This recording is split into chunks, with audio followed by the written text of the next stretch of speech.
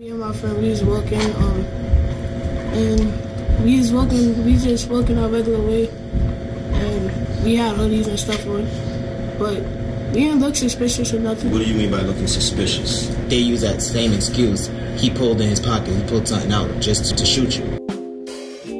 I don't understand why he had the right to shoot him. Just because he had a hood on. Maybe that could happen to me.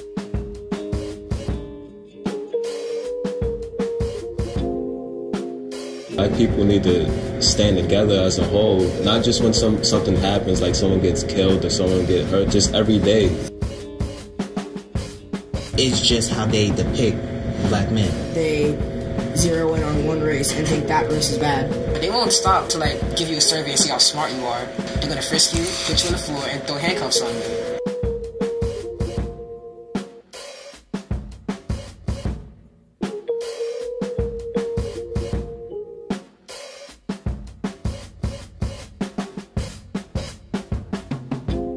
Even when Trayvon did nothing wrong, he got no glory, just a death. What do you think will help to change this? I would like to hear all of y'all respond to that. What do we do?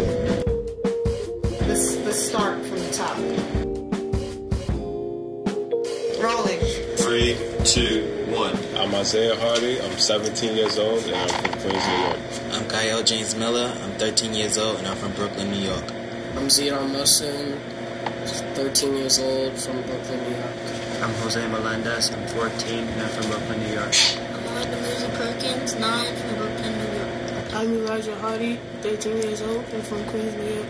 I'm Houston Guerra, I'm 13 years old, and I'm from Brooklyn, New York. I'm Corey Rice, I'm 17 years old, I'm from East New York, Brooklyn. My name is Tariq Joseph, I'm 15, and I'm from Brooklyn, New York. I want to ask each of you, and I want you to jump in. I want everyone to speak here, all right? When did you first hear about the Trayvon Martin situation? How did you hear about it? I heard it in my school, St. International Academy. When it first happened, we had an open discussion about it. And when I found out about it, it was pretty devastating, but it's similar to different cases that happened to African American people. It was on the internet, I heard about it. I heard it on the news, and they were saying how the man is still not in prison yet. I heard about it a week after it happened. My mom told me about it. My music teacher was telling me about it. He told me that this kid from Trayvon got shot. I heard about it on the news. I also heard it on the news too. I learned about it from my mom, and also there was a big meeting on Facebook also about how you feel about it. And I felt pretty bad about how this was happening to him, only because he was black and because that guy was suspicious. Until this Trayvon Martin situation happened, did y'all ever think about being a black or Latino male and wondering if because you look a certain way or dress a certain way or in the wrong neighborhood at a certain time that this could happen to you? Did you ever think about this before this case? Yes. Can y'all talk about that? I thought about it. Nice and loud, fellas. I think it was late last year or early last year, the whole Sean Bell case. That kind of frightened me a little bit. The police are supposed to protect us, but somehow when they're around, you get that faint fear. You don't want to look suspicious or do anything to get you, looks at you in a way. So even when they're around, you're supposed to be feel safe around them, yet every time you get near them, you get a little tense. So I don't reach in my pockets. I just look straight. I go on my way. So you're at 15, you're already thinking like that. So what does looking suspicious mean? I want all of you to answer the question, but I'm just curious. Can I ask you, what do you mean by looking suspicious? I'm giving them eye contact overall. So you should make eye contact. They might feel intimidated, and just might feel maybe you do have something, or if you don't, we still need to, check you out anyway. So where do your eyes go if you don't make eye contact? Not my pockets, but to the floor. Or I look up, or maybe I just pull out my phone just for the fun of it and look at it. You never thought that pulling your phone might be considered you pulling out a weapon? I did, but when they're around, sometimes no. I just need some occupation, when they're around, so make me look less suspicious. I've thought about it before. Getting stopped in my neighborhood and frisked, and say if it's late at night, I remember a time when I was stopped and the cop actually pulled out his gun because I was on the other side of a tree and we hopped out. And I thought about it for a while, maybe that could happen to me when it happened. So yeah. When he pulled out his gun, how did you feel, Corey? They're not playing. That's how I felt. Did he frisk you? Did he put you on the ground? Anything like that? He frisked me and then just left. I also got first. For me, How old are you? 13. And how old were you got first? 12. Okay. Me and my friend, we was walking, and we just walking our regular way, and we had hoodies and stuff on, but we didn't look suspicious or nothing, but we walked by these cops and we got pulled over and they frisked us for no reason, but yeah, I felt kind of scared and shook, but they frisked us and then they rode us around. You were put in a cop car? Mm-hmm. At 12 years old? Yep. Did you know where they were taking you? Did you have a cell phone? Were you able to call anybody? Nothing? How did it end? I mean, they rode us around. We like, you can't be walking around the streets and stuff. Then they let us out and they like go straight home and stuff like that. I see people get frisked every day. Just cops want to play with you or just want to antagonize you and stuff like that. And you know, if you feel suspicious, if they make you feel suspicious, you know they're gonna think you have something on you or plant something on you to make it seem like you have something. Or they use that same excuse. He pulled in his pocket, he pulled something out just for the fun of it to shoot you. Both of you said something. What's that something that you think might make you look suspicious? What are y'all talking about? Probably walking by them fast and looking at them or even like hesitating or stuff like that. You know, they probably might think he's suspicious and, you know, start following you or something. Just the way you look in general, they think we're suspicious. Probably because of what they see on TV. TV shows black people as a whole, you know? Now I'm looking at all y'all, with the exception of Corey, all y'all got on what we call urban gear. Are you saying that's the reason for you to be stopped and frisked and talk about it a little bit? Sometimes a cop or a police officer will look at you like you're doing something wrong or something because you're wearing a certain thing or something like that. Corey, do you think if you were wearing a suit, it would have made a difference? Yeah, if I wear a suit, I don't think they'll, how can you say, harass me or look at me as long as. I don't feel like it's the clothing or what we wear or how we act. It's just how they depict black men, period. When you like even pass a cop, they'll think you'll do something bad, so they'll probably take out a taser or a gun, and then they'll probably lie and say, I didn't shoot him, he shot himself, or I stupid. And how old are you again?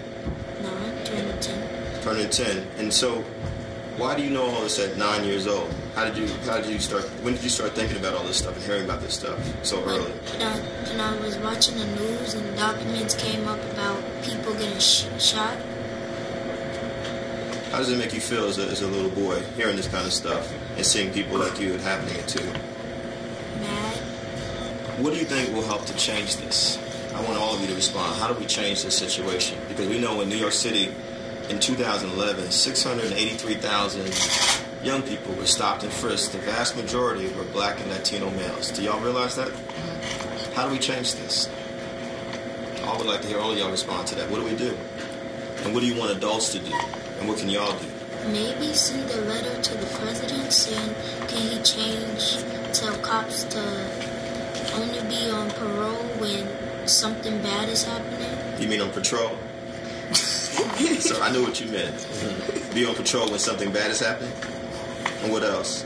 I think the cops should think first and then do what they're supposed to do. Like, do their job.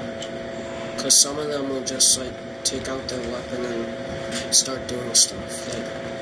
Sometimes they wouldn't even think. I think that we should take weapons from cops, like guns, from cops, period. Just take guns from cops. Because they're regular people also, and they go through problems and every day also, and they would, one day they probably not having a good day and they black on people and they shoot people and do whatever. So I feel that cops, they should have tasers and nightstands and stuff, but not no gun, not a weapon to kill someone, because they're not here to kill us, they're here to protect. Now, someone would argue if we take the guns away from the police, what about all the guns in the community? I mean, they know that there's guns in the community, but if you know that you're going into a gun war or a gun battle, that's when you bring your weapon or your firearms or anything. But other than that, just just walking around every day with a gun on your waist and everything, I don't think that's safe. I feel like we should change our whole image. We who? We as black people, as he just said, you know, we're wearing the baggy pants, hoodies and stuff like that. If that's the reason why we get frisked and that's the reason why we get stopped, then why won't we change it? Why can't we change our image to better ourselves? So are you saying to me that Trayvon Martin got shot because he was wearing a hoodie? Basically because he looked suspicious. And the image was already out. Us, as black people, as, you know, suspicious. On TV, you see black people acting crazy, they drink, they smoke, they this. Are we the only people that do that? Yeah, no, we're not the only people, but that's the only thing that the media push. I don't think that we should change what we wear, because that's our style. That's that's how we express ourselves. We shouldn't change how we act and who we are. Just because they say it's wrong, that doesn't mean that it's wrong. And what needs to change then? Black people need to stand together as a whole, not just when something happens, like someone gets killed or someone get hurt. They need to just every day, they need to support each other and be out here. Everybody is separated, so I just have a question.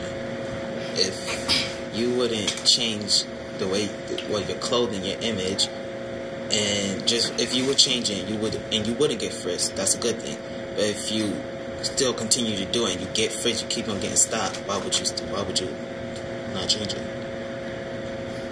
Because that's giving in, that's changing because someone's forcing you. That's not how black people made it in the world, giving in and doing what they tell us isn't right. I think cops should stop basing black people on stereotypes and more of think maybe they shouldn't stop them first, because I've learned that a lot of weapons actually been taken off the street because of that. And I think they should make it more of a race thing more than just they zero in on one race and think that race is bad. Speaking of getting stopped and with the police, I would say that I think there needs to be an organization that makes sure the police do the right thing and go through procedures properly, because I've seen the cops do a lot of things that their job doesn't tell them to do. And speaking about Trayvon now, apart looking suspicious, I don't see how you could look suspicious. You know what I'm saying? That's you. How you want to dress is how you want to dress. We're all equal. We're different people. We do different things. But I don't know. I just think a lot of change has to come. If you come to look at it, a lot of black people, even on television, they don't get let me say white people, not to be racist, but Caucasian overall, 16 and pregnant, stuff like that, or Jersey Shore, you see a lot of Caucasians and Italians going crazy on TV. Even on the show Jail, you see a lot of white people getting arrested. But as to where black people, there's no time to pull out handcuffs, there's only handguns. And so it's putting bullets through somebody instead of even giving them the glory to be on television for doing something wrong. Even when Trayvon did nothing wrong, he got no glory, just to death. Do you feel then that you all are looked at as more dangerous or more likely to be criminalistic than in other groups? Is that what you're saying? Yeah. Can y'all expound on that, please? And why? Where did this come from? Where did this mindset come from? It came from us being different overall. Because even since segregation was ended, we were still at the bottom of the bunch. But we were also known for the most violent, because back then we were pretty violent, but the cops didn't care. They would just let it happen, mostly black on black crimes. So now when they want to step up and actually protect somebody, we already learned from ourselves that black on black crimes weren't okay. So we calmed down, but they were just jumping in. So now that they're not adapted to our new mentality of more of a calm people, they start firing off weapons and killing everybody without actually being at that mental state with us. I think it's with us not having role models to look up to, how back in the day, people, they had Martin Luther King, Malcolm X, but all of those main role models, they killed them off. They killed all of the big people. So us youth, we didn't have anyone to look up to, and they was putting us in jail systems and everything. And for us to look for families and stuff, that's where they created gangs, and people started creating war and beef, and they put all of these drugs out in the streets for us to have, and black people started becoming survival of the fittest, and that's how they messed us all up in the head. It goes even back to where they got us from in Africa. When we was in Africa, and the Europeans, they came and they messed up our whole system, and they taught us how to use guns and sell slaves. We selling our own black people as slaves for weapons and stuff like that. So, even though I wasn't back then in historic times, but I know that we as black people never would have killed our own, never would have used drugs, never would have been black on black crime if it wasn't for those certain people pushing that stuff to us. And you know, I'm not trying to say we're all weak-minded, but for us to even use them or consider them, you know, some people had to be weak-minded and give into it. And, you know, I feel like if we never would have gave into it and we would have fought it, we would have never been in this predicament that we're in today. I don't think that we should change at all. I think we should change the stereotype of us being dangerous. Because I have many friends that, like, dress a certain way because they think it's cool. But when you actually meet them, their personality is, like, good. They're, like, fun people, but they don't look that way. So I think we should change the personality of us looking a certain way to be that type of person. And just stay the way you are. I want to stay with that for a second. What is a stereotype in your opinion? How do you define a stereotype? Like, if you look at an African American or a Latino boy, and you judge him by the way of his skin or the way he dresses, and automatically you think he's like a bad kid, but you don't actually know that because you don't know him. How many of y'all heard the audio tape of George Zimmerman? There's 2 parts to it. How many of y'all actually listened to it? So when you were listening to it and he said that he looked suspicious, that word again, was Mr. Zimmerman stereotyping Trayvon Martin? Yes. Why? Yes, sir. Because when you call the cops on a boy when he puts his hood on when it was raining and he has a bag of Skittles and an iced tea, that doesn't mean that he's a stereotype and he looks suspicious just because he had a hood on. He called the police, and the police told him they'll take it from there. And he kept on following Trayvon. And I think that was just messed up. If you listen closely and if you were really focused, you will notice that there was a certain amount of calls explaining the same thing. There's an African American boy outside. He's hurt. He got shot. You hear him yelling, "Help! Help!" If it took almost like 20 calls, and all of them same calls said somebody will be there in a minute, somebody will be in a minute. Nobody came soon enough. You know, and I feel if it was somebody else, different color, maybe, I'm not trying to be, you know, in that group or anything, I'm just trying to say they would have probably rushed there faster. But if, you know, all them calls, they said somebody would be there, and nobody came. If it was like, maybe like a white kid or something, like, with a hoodie, they probably wouldn't really do anything. I mean, but then they look at black people and Latino people, like, we're violent and everything, and the way we probably dress, they think, like, they, like, probably attack us or something. I don't understand why he wasn't even, like, a cop. He was just a neighborhood guard, like, not even a guard, like, just a neighborhood watch. I don't understand why he had the right to shoot him. Why did he have a gun at all? I think because he was some neighborhoods have, like, guards and stuff, and, like, they sometimes stay in cars or vans, and they just watch people and stuff and look if they're suspicious or something. But Zimmerman said that he shot him in self-defense, but Trayvon didn't attack him, you know, and Zimmerman so-called said that an iced tea in a bag of Skittles is a weapon. So I don't know how you can use that as a weapon, but he said he shot him in self-defense. But if that person didn't touch you, or if he didn't harm you in any way, it couldn't be self-defense. Truth is, like, we're all kids inside. You give us a gun, we want to fire it, right? So, even as an adult, we're still kids inside. We all want to have fun. So when we have too much fun, things get real when it gets out of hand. And we're not ready to, like, face some consequences. I know most of you probably got in trouble, maybe fights and stuff, and you say you did it in self-defense just to get out of it, because that seems like the easiest way. So him still being a kid inside, the first resort he could go to was out of self-defense. Because, like, as children, after we do stuff, we can't deal with the consequences, so that's the first thing we resort to. But as him being an adult, he needs to realize he got to take responsibility. You know, so it's not all, you can't always rely on that child inside of you to say, oh, it's in self-defense, or make up excuses. You're an adult. You need to take that responsibility that you just broke a family apart. Took someone's life.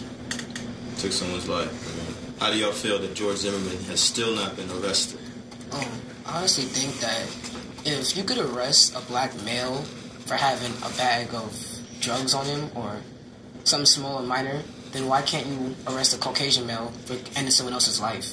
I mean, it's really not that hard. It doesn't matter any reason.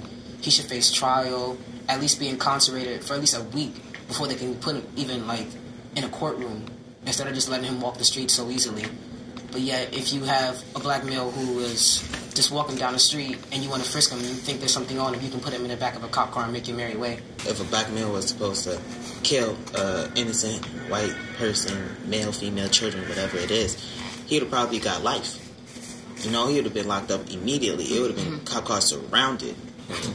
But, you know, since it's Zimmerman and said, you know, it's the color of, you know, of his skin, you know, they're questioning it, you know, same thing they did with many cases of our African brothers and sisters being killed. It's not, you know, surprising to me. It's typical. I just, like, want to know, like, why are they protecting him so much? Like, why are they protecting Zimmerman? He did nothing good out of his actions. Yet, the media, not the media, but I guess the people that gave him that job and handed him that weapon, they're not fighting against him like they should be. They're fighting with him. And, like, they're just, like, not giving him, Trayvon Martin, the justice that he deserves. Yet they're protecting Zimmerman so much and he's just one guy out of the entire state of Florida. And it makes no type of sense. I don't know why he felt like he was getting harassed.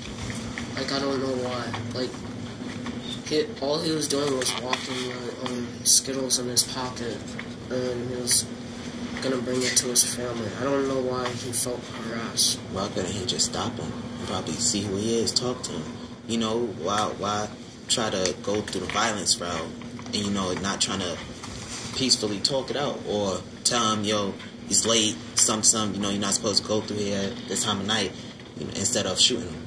And the reason is he was minding his business and everything.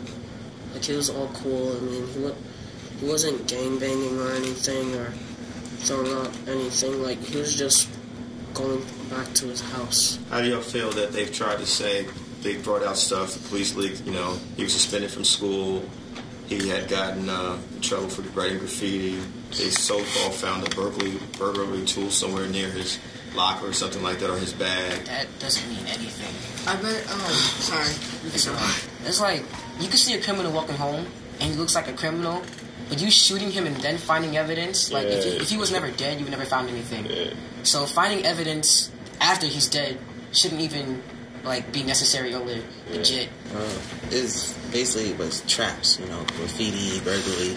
Those are the traps, and once you fall for those traps, you're building your own record. Once you start building up your record and they see all of that, you're probably going to jail for at least, you know, whatever amount of time they want to give you.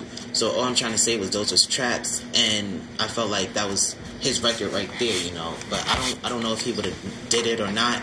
But that's what I'm just trying to say, that you're building yourself a record. I think all that is irrelevant. I mean, he was killed. That has nothing to do. Anything that is from his past, whether true or false, has nothing to do with his murder. Like, he was killed, and that's the fact.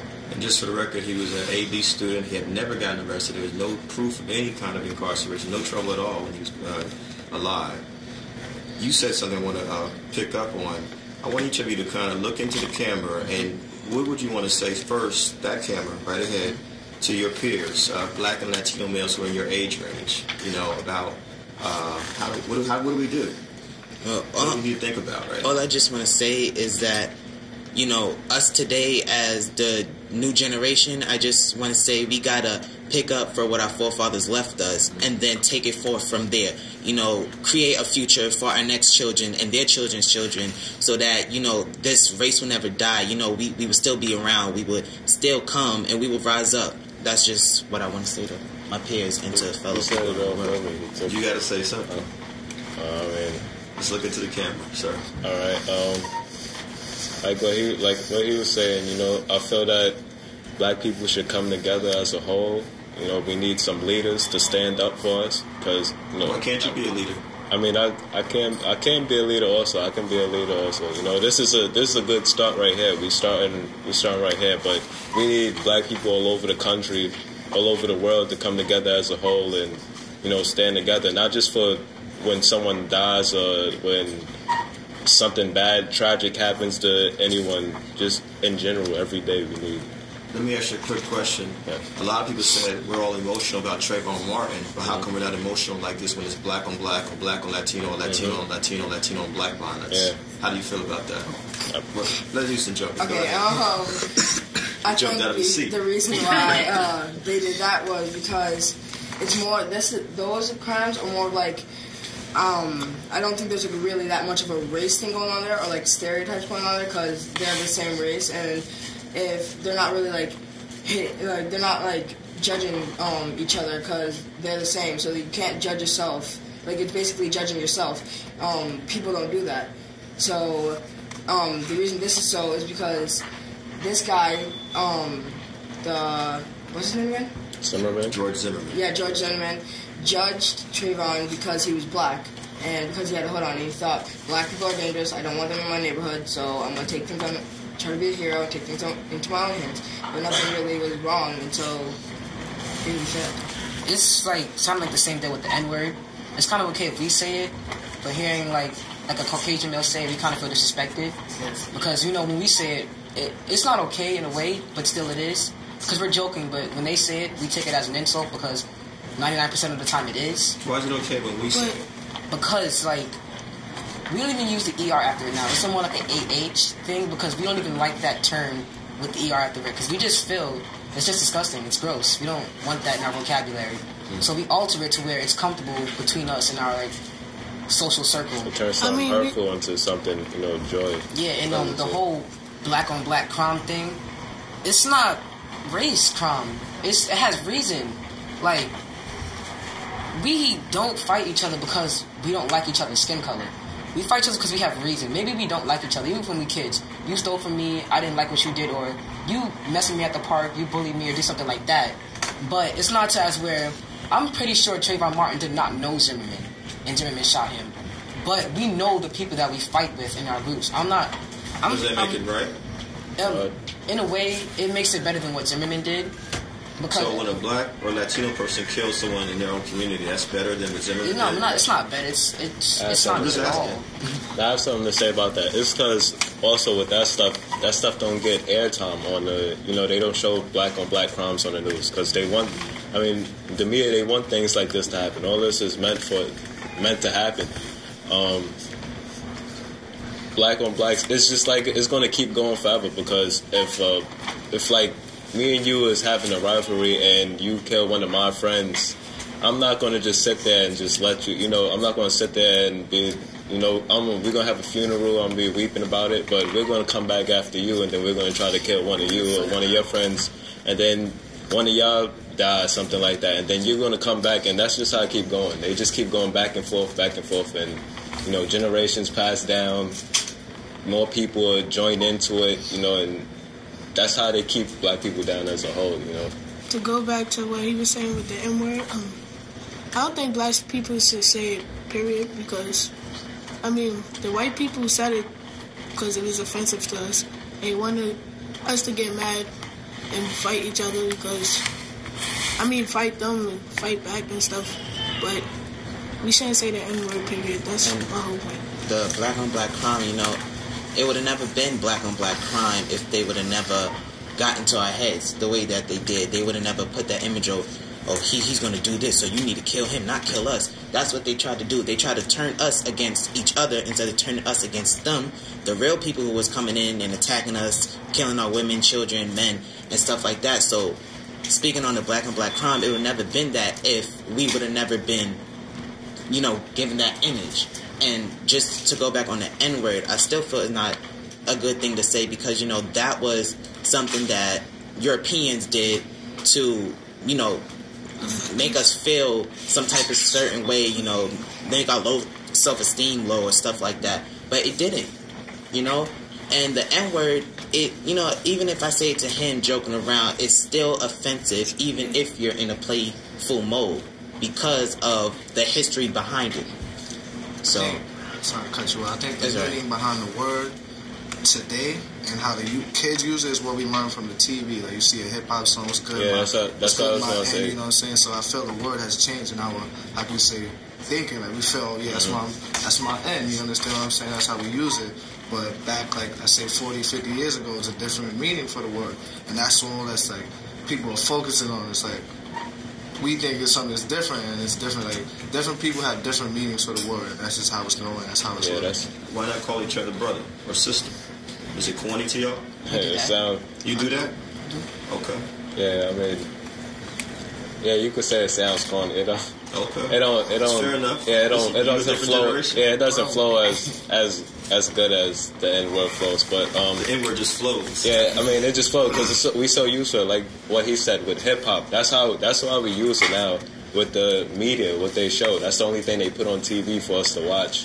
With hip hop artists, you know, the white man, they run them also. You know, it's for them to make money, and they promote hoes, you know, women, you know, degrading themselves, video vixens, money, just about money, drugs, sex, weed, you know, all that stuff. That's what they promote to us, and that's what we follow after.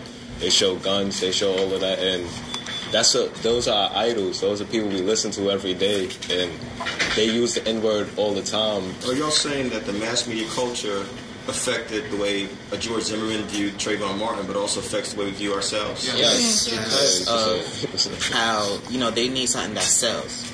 And, you know, if you have somebody talking about, oh, we're going to unchain the black minds, you know, we're going to rise up, they don't want that. They never want that to happen. I've been hearing they a lot. The government. The government, basically. Barack Obama? No, not Barack Obama. Not the real government. I'm just saying, he's a face. In general, most people don't want that to happen.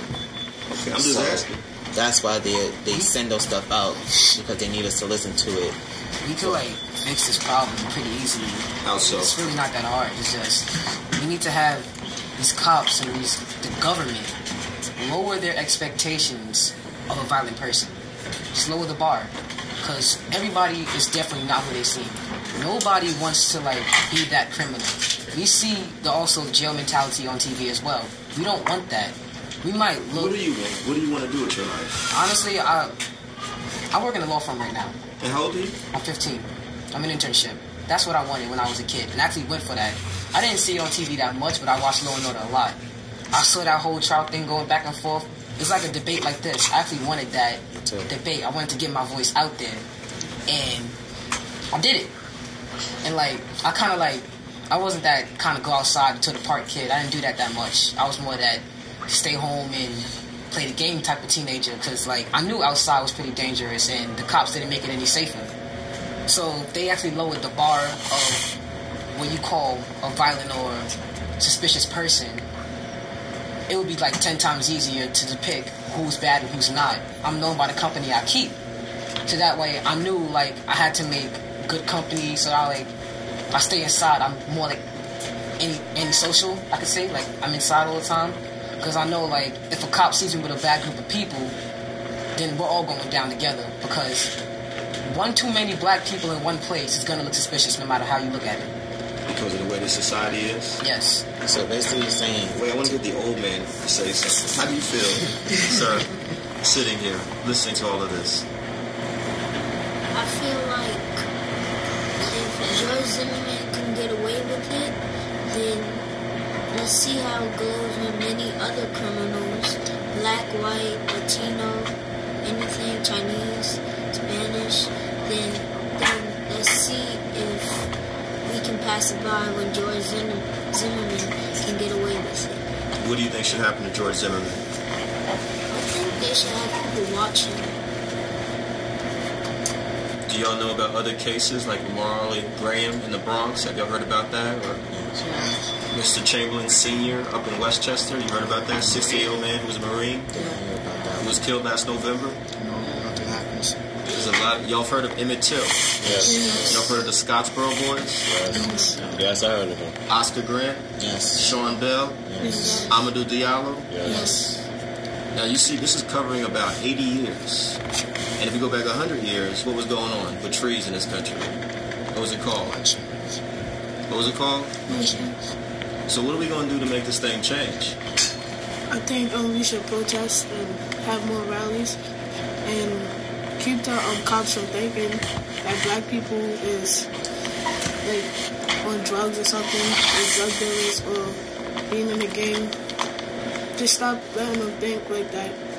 But and, even, I'm sorry, you finish. Yeah, just stop it.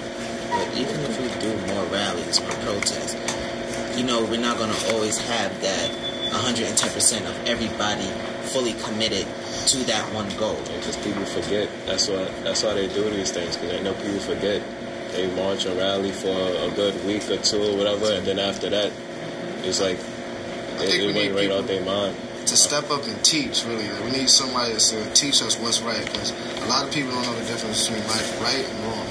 You talking about youth? In our community, in the black community, we see that a lot of us are in jails, a lot of us make the wrong decision. Earlier you said if there's something you could say to kids our age, I want to say seek knowledge and make the right decisions for tomorrow.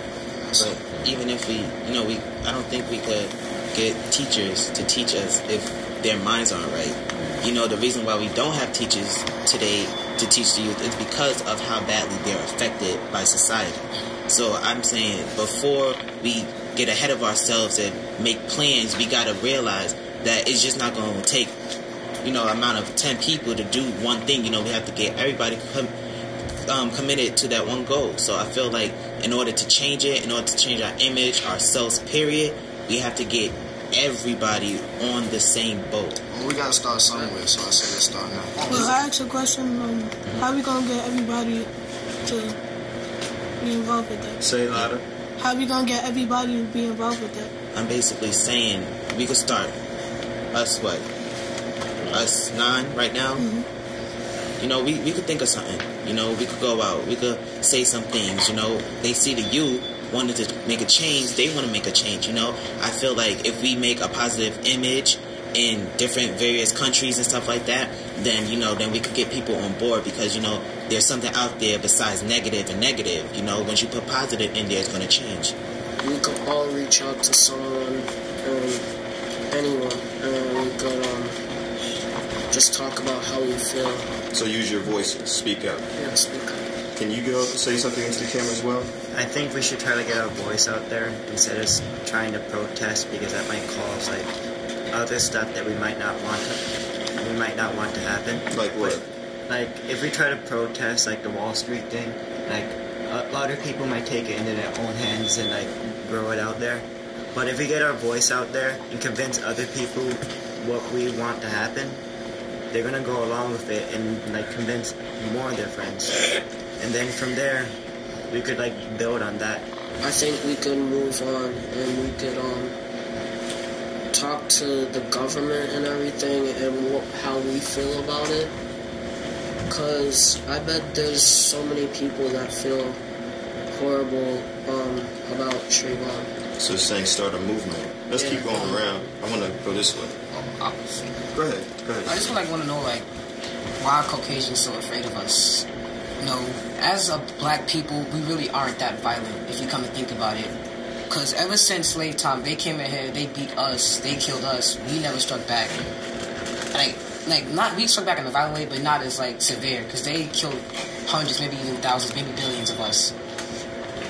And even today, even back then, all we did was protest. All we did, we wanted segregation, and we didn't kill them back.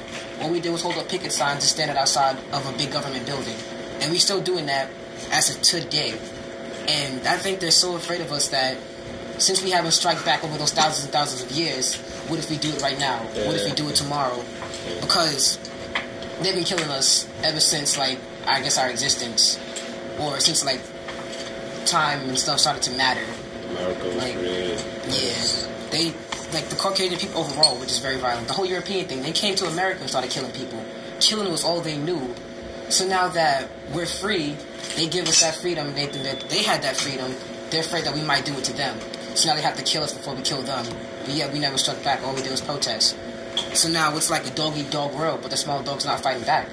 All we're doing is protesting. What do y'all think your lives are going to look like as young Black and Latino males, males of color, when you actually are grown? You're 18, you're 21, you're 25. Do you still be thinking about these kind of things and have to deal with these kind of things? I'll be thinking about it. I'll be teaching on about it. You said it nice and loud. I said I wouldn't be thinking about it. I'll be teaching on about it. You know, to my 4 kids and wife. You know, making sure. You already got his kids planned out. Making sure that, you know, not to fall for these traps. Not to trust the people who you really can't trust. To let certain people into your vicinity. What are the traps that young men of color have to deal with? I feel like the jails and drugs are the 2 main factors of why so many black males or even black people today are affected. I think it's media. Media? Yes, that's the main reason, the top reason. What's being portrayed out there? Yes. Mm-hmm. So how important is education for all of y'all? Very important. Really? Yes. Well, you want to speak on that? I think education is very important because, well, if you're ignorant, you're gonna go by other people's opinions and not your own. But like, knowledge is power. The more you know, the more you can stand up for yourself and the people around you. Is it just education in school, or what is education? It's education in school and out of school. Because in school they teach you about what they know. But out of school you can learn from your peers and like your family. Also, you need to have street smarts. That's the main factor as well. You need to learn how to act in the street, when to do it, when to do this, when to do that. Because if you're just going out there and doing anything, that's the reason why you should get stopped. So that's what I'm saying. We all need to have street smarts in order for us not to get frisked, or in order for us to not to get stopped and talked to or put in the back of the cop car. I want to ask this though. People have said, look, Trayvon went to school, he was an AB student, he's dead. So why should I get education? Why should it matter? It's not a matter of education or any mental value at all. It's just they want us to stop being black. Like, they just, for one, don't like our skin color. I think it makes their skin crawl. Like, no matter how smart or you act or think, or they won't stop to like give you a survey and see how smart you are. They're gonna frisk you, put you on the floor, and throw handcuffs on you. So time, like, it's the time to come. Like, you know, you don't have to be street smart. You just have to know where to be. 'Cause you could be at the wrong place at the wrong time and get in the wrong trouble just because you fit the description. They could be looking for any black male out there, and just because you fit there, you're caught. They don't like stop you and ask you where you go to school or anything like that. They just want to ask you, why are you here, or what's the time? Like, I had like this whole gang initiation thing going on. They ask you what's the time, and answer wrong, then, you know, it's something bad going on. Like the same thing with the cops. Like, they won't like ask you questions, but not the ones that's gonna like get you out of trouble. They're gonna ask you questions that's gonna like get you into the trouble. So no matter what they ask you, it's always gonna result in a bad answer. That's why you should have street smarts. That's why you should have street smarts? Yes, you need to know what to say, you know, to not make yourself look suspicious. That's why it's a mandatory thing for people who like to be in the streets, you know. Just what about knowing your basic rights? Yeah, things that we should learn in school that we don't learn. We learn in school, in the school systems that we go to. They don't really teach us things that we would use in life. Like, I mean, even when I ask my parents or any family member if they can help me with homework or anything, you know, before, they don't remember this stuff. Everybody forgets the things that we learned, but they should teach us stuff like our rights and how to have a business, or, you know, manage a business, how to manage a bank account, stuff like, you know, things that we really use in life, everyday life. Stuff that we. I was gonna say was that I know some people that don't have like that experience. Like, they don't have parents that will take the time out of their day to do that to them. They'll just work, go home, sleep, and just not even like pay attention to their child. They won't take the time out of their day to teach them about what their rights are, or what they can do to help the world. I think we need teachers to come and teach us aside from school, because you can see blacks are suffering. I mean, getting stopped by the police, being killed for your color. We just need someone to, teach us, like, who we are, stand up for us, and, like, just be with us, really. The school system is messed up because they don't want teachers out there actually teaching us what to do, how to do it, and when to do it. You know, they basically want the teachers to do their jobs and not actually give us the education that we really need. You know, when I was in public school, I had two black historians that they always talk about, Martin Luther King and Harriet Tubman. Mm-hmm. Now that the school that I go to, Sankofa International Academy, they teach me more than that. I have more political prisoners that I learn about, more historians that I should know about, and what they did to have the rights that we have now. You know what they did for us to live this life now. They put in the worst teachers also. I think the teachers always say, I know everyone at least heard this before. The teachers say, "Oh, if I get paid anyways, even if you don't learn, I'm gonna get paid regardless." Have you heard a teacher say that before? They say they put in the wrong teachers. You know. So, if I'm hearing this correctly, do y'all feel that with a few people in your life, maybe your parents or some folks who care, you're kind of out here on your own in a lot of ways, trying to figure all this out? Is that accurate? Yes, I could say, because I learned about slavery growing up, learned that white people didn't like black people. I didn't learn that this all white people don't like all black people. Not like in general. I'm saying today I didn't know that this still goes on in certain places. Like there's certain things that we are not taught. We are supposed to just catch on to, and that's why I'm saying we need more teachers to tell us what we don't catch on to. What about making sure you're self-educated as well? How many of y'all love to read? How important is reading books? The young men held their hands up fast. Why do you love reading books? I love reading books because it's the first thing that you come up to in math. To learn how to read math, you have to know 2 + 2, stuff like that, and that's reading. That's a different language. What do you want to do with your life, sir? Be a doctor and a teacher. That's what I'm talking about. Reading also builds your vocabulary. What reading does what? Build your vocabulary. It also could teach you too. We got to wrap this up, but I want you to look in that camera. Talk about how you feel sitting here. What do you want to see happen in this country, in this world, going forward? I want to see that since we have a black president, can President Obama stand up for his own people?